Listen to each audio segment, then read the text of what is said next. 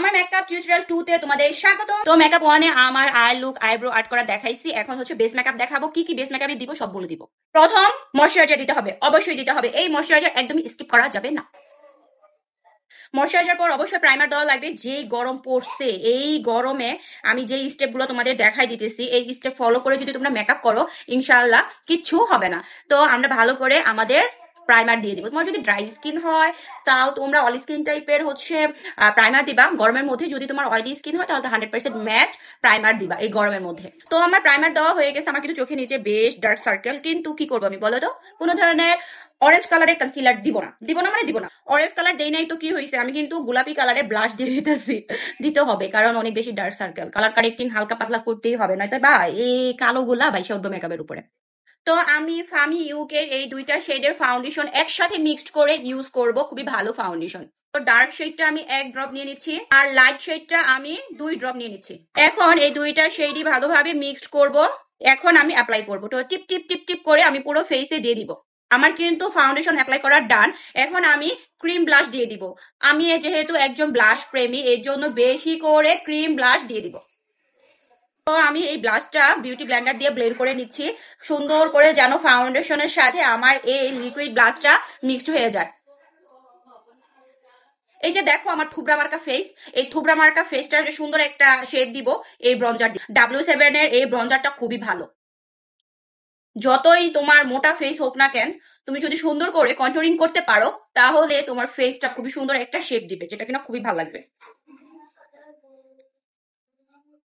তোমরা জাস্ট আমার দুইটা সাইড একটু ফলো করে দেখো। এই সাইডটা দেখো আর এই সাইডটা দেখো, কত স্লিম লাগতেছে আর এটা কেমন থুবড়া মার্কা লাগতেছে। একদম চেঞ্জ করে ফেলে তোমার ফেসটা। এই গরম পড়ছে, এই মেকআপটা লং লাস্টিং করার জন্য অবশ্যই সেটিং পাউডার দিতে হবে এবং এটা সেট করা যাবে না, একদম বেকিং করতে হবে। তোমার বেসটাকে বেক করতে হবে। আবার কেক বেক করার কথা বলতেছি না, মেকআপ বেক করার কথা বলতেছি। এই পাউডারটা আমার ফেসে কতক্ষণ রাখছি জানো? 5 মিনিট। এখন আমি বড় একটা ব্রাশ দিয়া এই পাউডার গুলা ঝাইরা ফালাই দিব।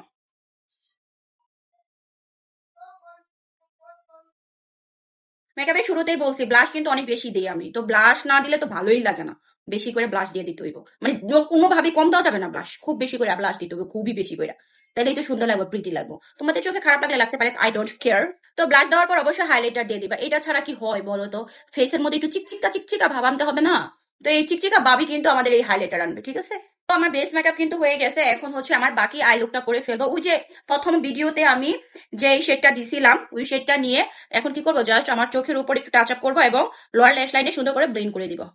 তো ছোট চোখগুলা একটু বড় দেখানোর জন্য অবশ্যই সাদা কাজল দিতেই হবে, এটা ছাড়া কিন্তু হবেই না। তো ভালো করে সাদা কাজল দিয়ে দিব। দেখো আমার এই চোখ কত বড় লাগতেছে, এই চোখ ছোট লাগতেছে। এইটাই হচ্ছে মেকআপ। তো আমি আজকে আইলাইনারও দিব না, ডার্ক কোনো কিছুই দিব না, জাস্ট মাস্কারা দিব। আমার পছন্দের মাস্কারা, মানে রিসেন্ট পছন্দের মাস্কারা, বক মাস্কারা। এইটা খুবই ভালো, একবার ইউজ করলে বুঝছো তোমরা বলবা আমি অন্য কোনো কিছু আর ইউজ করবো না, মানে অন্য কোনো ব্র্যান্ড ইউজ করবো না। এটা খুবই ভালো। আর এটা তোমরা কিন্তু পেয়ে যাবা পিঙ্ক ফ্ল্যাশ বিডিতে। দেখো আমার ল্যাশ গুলা কত সুন্দর লাগতেছে, তাই না? মনে হচ্ছে ফলস ল্যাশ দিছি, বাট না, এটা আমার ন্যাচারাল ল্যাশ। আর এটার ম্যাজিক কি জানো? এই যে এই যে বব মাস্কারা, এটার ম্যাজিকটা হচ্ছে বব মাস্কারা। তো এখন আমি লিপস্টিক দিব আই ম্যাজিকের।